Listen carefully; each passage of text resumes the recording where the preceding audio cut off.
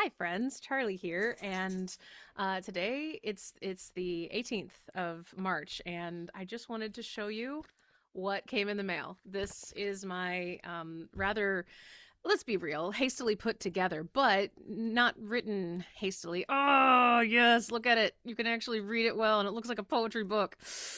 Okay, so during my last stint in psychiatric lockdown, they had composition books, and I didn't find that out until like day 4. But I asked for one and the golf pencil that I got to write with, and I just started writing. I started writing poetry, writing other things too, but really writing poetry, like observational poetry about being there. And I took it and typed it up and published it on Amazon a few days ago. And it just arrived in the mail. Poetry from the Psych Ward. My Fuck, Why Am I Forced to Be Here for More Days Than I've Already Served? Artistic Expression by Charlie River Morrow et al. And I'm just gonna read a few of these. This is my official reading of the book, because why not? So if you'd like to hear whatever random poetry I jump to, just buckle in, because here we go. I will read you the beginning, just so for your yeah. I'm so excited. Dear reader, the Psych Ward is a strange place to spend any amount of time, especially when you end up there because a plant medicine ritual went sideways and suddenly you're the person having the spiritual emergency that everyone else now calls a psychiatric crisis. For a week, we lived inside that system again. Fluorescent lights, hallway pacing, 15-minute bed checks, and a golf pencil instead of a pen. Writing became our coping tool. So what you're reading here are poems written during that stay in 2026. Some are observational, some are frustrated, some are funny in ways that only make sense when you're living inside of a locked unit. If you've been through a similar experience, if you've been through something similar, maybe you'll see pieces of your own experience here. If you haven't, welcome to a small window into a very strange week of my life. Love, Charlie et al.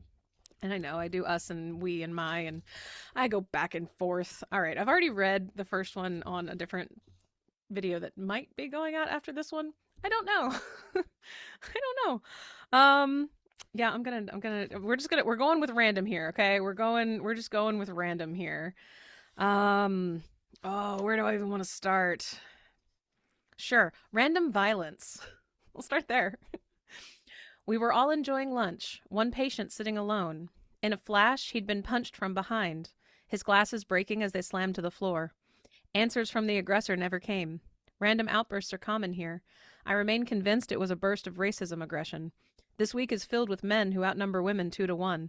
I do not feel safe in a place with random male aggression outbursts, even if a nurse is assigned to watch the aggressor at all times now. Yeah, that happened. A lot of things kind of happened. You know what? That goes well into this one. The shadow nurse. Those deemed a threat are assigned a shadow, a nurse to be outside of your room or beside you if you change locations. I see only 2 assigned shadows this week. Possibly a third for self-harm has also been part of the cacophony of this unit. How lifeless it must feel to watch another human like they're a toddler walking around with a fork near an electrical outlet. Most avoid staying on their phones, opting to stare into a nothingness while they wait for their assigned patient to make a move. Every 15 minutes. Every 15 minutes or so, you can expect your door to open and hallway light to stream in. All day, all night. For your protection, the answer to every why. It is understandable and a facet of every psych ward. It also evokes the constant reminder that you are whatever danger you've been labeled with instead of the whole person you try to be in an environment like this. Grippy socks. I am not allowed to wear my comfortable socks. Grippy socks required. Temporary, too. It is a challenge to value sustainability and be here. Plastic forks and spoons, tiny shampoo that is also body wash, tiny conditioner and cheap plastic toothbrush. Cups of water provided only behind glass, new cup for each refill. I will overcompensate upon my return home just to feel better about the choices made on my behalf here, and I will not miss the grippy socks. Yeah.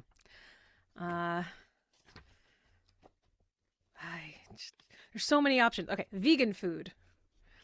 Rice and beans, tofu and vegetables, hummus, and other vegetables.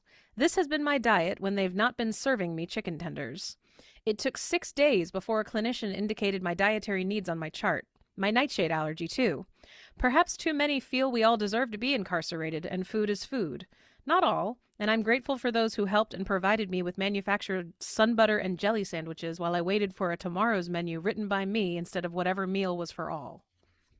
Yeah, I had to like physically write in like these few choices, please can I have this? Uh okay, sure. Bed. Mattress. Is it though?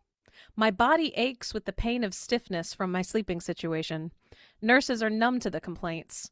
But have they had to spend a sleep attempt here? Feels like it should be a requirement for all who make decisions here. 1 3-day weekend. In the psych ward you'll be working. Fully paid, of course. But to provide perspective and allow for easier changes. Okay, yeah, sure. The bathroom. I celebrate having an ensuite, but it is not all gratitude. The door has no lock, and a large triangular gap cut across the top. All smells linger in our small room. Sorry, our small empty room. Our mirror is more of a fun house than helpful hair combing assistance. We each have our own space, though mine is closest to the bathroom and the door that is opened every 15 minutes. I do not get to know external peace here. I must create my own, and lament the stink I caused in a shared space. Just saying. Group. I have only been here for a few groups, all of which provided little in boredom relief. Stretching was helpful, and time spent with a therapy dog is never wasted. But beyond it being something to do, I've struggled to answer how has group been going with anything real. It's good is the lie I stand upon. Surely those who run them have long since given up on providing activities that spark big changes. There is a triage situation, where heavy doses of sedatives run through the veins of most. I get it, so I attend in physicality alone while I wait for release. Candyland. I have played only one board game during my stay so far. Candyland. Pick a color person, one at a time, turn over a card, move to the next spot. Playing this game with adult strangers proved slow and boring for all involved. Yet, even as 4 dwindled to 3, we kept playing until a winner freed us all from the obligation of continued interaction. I have yet to try another game with anyone else. I prefer talking and walking the halls. Sure. The medroom. A cluster forms around the medroom half door. Sorry, let me restart that one. Woo! A cluster forms around the medroom half door, glazed over eyes ready for their next dosage. I've been put on a low-dose mood stabilizer and antipsychotic I struggle to pronounce. So far, it dulls intense emotions, but little more. I prefer little more. My own eyes widen at the buffet of pills provided to many in here daily. Our sustenance in this place comes with a water chaser. All waiting patiently, few abiding the unspoken social contract of first come, first served. I prefer being summoned for my pill. Makes me feel special, I guess. I also... Oh, there's a typo! Damn it! I also dislike line cutting. Damn it. I also simply dislike line cutting, and in a psych ward, one does not point out that they were technically next. The tranquility of my bed is a better spot for me while the huddle enjoys their med-time camaraderie. Okay, well, I'm just going to do that. And here's the thing. No one's bought this book, so I can just go ahead and fix that. And, yeah, that'll update on KDP in like 2 days. Nice, nice. Damn. I really did proofread this, but, you know. A haiku or two. I am sitting here, writing with blanket cover. Sleep soon shall find me. Cold is my life now, and people always around. I pray for respite. Rude awakening. Charlie, wake up, you have labs. I was ripped from a nice dream by someone at the door telling me to get blood drawn. I stumble into the hallway. The clock reads 6:03 a.m. Once awake, sleep will not return until it is evening again. Breakfast isn't for 2 hours. Blood drawn, I now get to sit in darkness so as not to disturb my roommate. Sleep is my only real comfort in this time-elongated prison. At least an hour of natural sleep has been ripped from me, all for a 30-second blood draw. Okay, I already talked about the food, but there are several food. Ooh, river. I have interacted with only one therapy dog in my time here so far, River, the sweet black lab rescue. Big, soulful eyes and a thick tail wagging gently. I greeted River from the floor. I was honored to be the first hello, subsequent cuddles coming around the room like an astral orbit. Other therapy dogs come to this unit throughout the week, some of whom I get to meet too. I use River's trading card as a bookmark, a delightful keepsake from a very good boy. Cold. The ambient temperature feels colder than I care for. My fingertips are white and blue. Yet I'm not allowed to cover myself in a blanket. That is dangerous. My only warm jackets have either hoods or zippers. Also too dangerous. So I stay in my room wrapped in blankets, or I coexist in the halls with others while shivering in every moment. I suppose at least it's something to focus on. New faces. Unlike the other hospitals I've experienced in the last 2 years, this one appears to be well staffed. However, the constant of new faces and names provides a curious challenge to a mind that is reeling from the stress of existing with little explanation as to what is coming next. We are simply here, a danger to ourselves or others, and while many converse about us, few conversations involve us. The experts know all, or at least I'm expected to believe so and respond accordingly. Let's see. Oh, sure. Who is my doctor? There are names listed beside mine on a massive dry erase board in the hub. Doctor and nurse. I've met with a licensed someone every day. Not often are they the ones named on the board. Oh my god. A second typo? Are you kidding me? A second frickin' typo? Rude. This is why you get author copies. But whatever. I've met with a licensed someone every day. Not often are they the ones named on the board. This would be confusing anywhere, but here it makes me have to repeat myself to a handful of others with little care of my own observations and readiness to go home. I had hoped it would be today. I have only a faint glimpse, provided by a new face, that tomorrow is the day. I weep for the forthcoming hospital bills. Can I please get my pencil sharpened? To the nurses behind glass, I have to request a sharpening of the golf pencil I use for all my writing. Rarely do they spin it through the electric sharpener that taunts me from its perch, visible against the glass but unreachable by me. I write a lot. It is my chosen profession and greatest healing tool while I'm forced to exist without fresh air or the ability to properly ground. My feet know only the second floor tile over the last week. Writing grounds me, but asking another adult to sharpen my ever-dulling pencil fills me with regret for the existence that brought me to this place. Often, they haven't sharpened what I have. They simply replace it, a practice that results in more trips. Sharpened pencils can be written with longer than fresh from the box pencils. At least my experience with golf pencils is proving this to be true. For real. It was annoying. Soundscape. The sounds of the psych ward hurl me into my childhood. Hiding in my room, random bouts of screaming fill me with anticipatory dread. Will I remain safe if I keep my door closed? Will I be ignored as I walk the halls? Will the sounds of rest fill the night so that I may sleep? The noise rises and falls in a rhythm that none can predict. I understand their lamentations. I only wish I didn't have so many memories of pain and fear triggered while I'm here. TV is life. Books, puzzles, and board games populate a shared space, but none are utilized like TV is. The docile pacifier in 2 rooms a hallway apart allow us to commune with Weekend at Bernie's or the Winter Olympics. Turned off during group, welcomed back with love after participating in that which few seem to enjoy. I'm not good at speaking, sorry.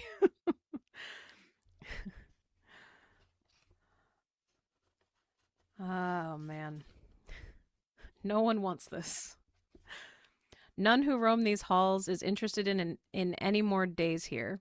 I've been told that tomorrow is my release. Mid-morning, my husband here to collect me. Others have been on a rotation of coming and going. My envy spikes at every revelation of who gets to leave. Though I am less than 24 hours from being home, I'm not yet free from the burden of feeling trapped. My only solace is knowing that my feelings about mental health care in Connecticut are shared by my fellow trapped. Yeah. Yeah. Kindness. This is not a pleasant work environment, and the sunken, defeated gazes of many who work here tells tales of institutional incompatibility. Yet, I've been met with kindness by staff, unlike other psych wards I've been detained in. I have a second pillow and blanket thanks to the nurse who welcomed me here. Items I request are freely provided. My own disposition lends itself to others reciprocating, but it's clear that the culture here is to be helpful. Infantilizing, frequently, but kindness has been my reality here. That is true. There were really kind nurses that I interacted with, for sure. Um, Boredom. Never have I endured the boredom of a psych ward in greater scale elsewhere. All at once, there is little for mental, emotional, or physical engagement. A preference for being drugged and docile is the resounding preference. I know, preference, I know, but I've embraced what boredom provides me, though it's not always an easy acceptance. I'm grateful that I love to write and for the notebook and pencil that free me. Radical acceptance is on the back, so I won't share that right now. Um,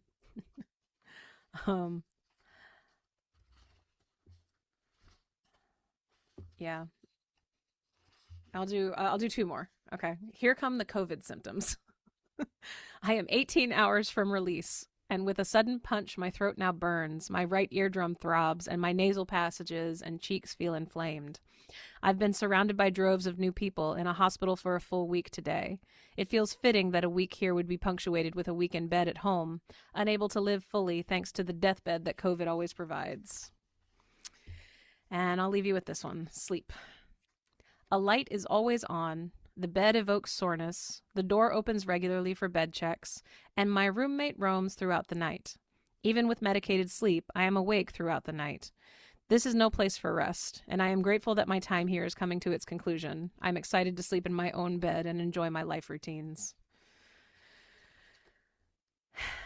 Okay, fine, one more. Conversation. One-on-one, my preferred activity with others while here is simply to speak a bit and listen intensely. Not all conversations have a flow to them, but everyone has a story to share. I enjoy the sharing that so many are open to with me. I am little more than an empathetic ear, but I'm grateful for the purpose. So that's like maybe half the book. I don't know. And yes, there are typos. I'm going to go through every single one of these and just make sure that there aren't other typos. And I did go through it, but you know, you look at it on a screen and after you typed it up and then you put it out, like, that's why we need editors and why I'm not an editor. So, but yeah, poetry from the Psych Ward. If you're watching this anywhere near the 18th of March, you will also probably get the edition that has typos. Enjoy correcting my book. But if you are watching this after like the 20th of March and you are interested in purchasing this, it's available on Amazon. And I think I get 70 cents for every book that's purchased. So thank you for that. I really appreciate it. And yeah, y'all, if you genuinely are just, you're going through a time and there's just something going on, I cannot recommend just sitting down and writing some fucking poetry more highly, because the act of observing and writing is in and of itself just inherently helpful. But taking things that you would otherwise just journal about, that can kind of keep you mental when you really do try to write it into a poem. Doesn't have to be a good poem. These, like, whatever. They're, some are better than others. I like some of them I'm like, that's a choice. But whatever, like, it was very helpful to take the observations of what was going on and translate it into lyrical somethings condensed, because you're actually taking something and you're having to become the artist observer of the thing, of what you're observing. And when you're in a really stressful environment and a really stressful situation, something that really has all the components of like deeply traumatizing you, which being in a psych ward, it's traumatizing, especially if you are a sensitive person, if you have sensory issues, if you are a fucking introvert. You don't get alone time. You don't get to breathe air. You don't get alone time. If you're a vegan, good luck. Like, there's just, or if you have food allergies, good luck. Like, and yes, there is a lot of there's just a lot of constant with a lot of none. You get very drained very quickly. And yeah, the only thing that actually takes the edge off is any kind of medication that they're shoving into you. So it's a hard place to be. It's not a fun place to be. But the act of doing something like just observing what's going on and writing it into poetry, it's a very helpful way to work through some of what you're dealing with in the moment and to transmute it. And there is pride that comes from publishing a book. And what I love about these is just, yeah, they're printed to order. You don't make thousands and thousands of books that then end up somewhere. It's only if you actually want to buy it. And I am likely to be my only buyer. Cool. It's mine. I made it. And if you would like a poetry from the Psych Ward book, the link's in the description. I'm proud. I'm proud of it. I'm proud of it. It's my first poetry book. I also have the Consciousness Explorer's Handbook. It's a self-help book if you'd like to check that out as well. Yeah, anyway.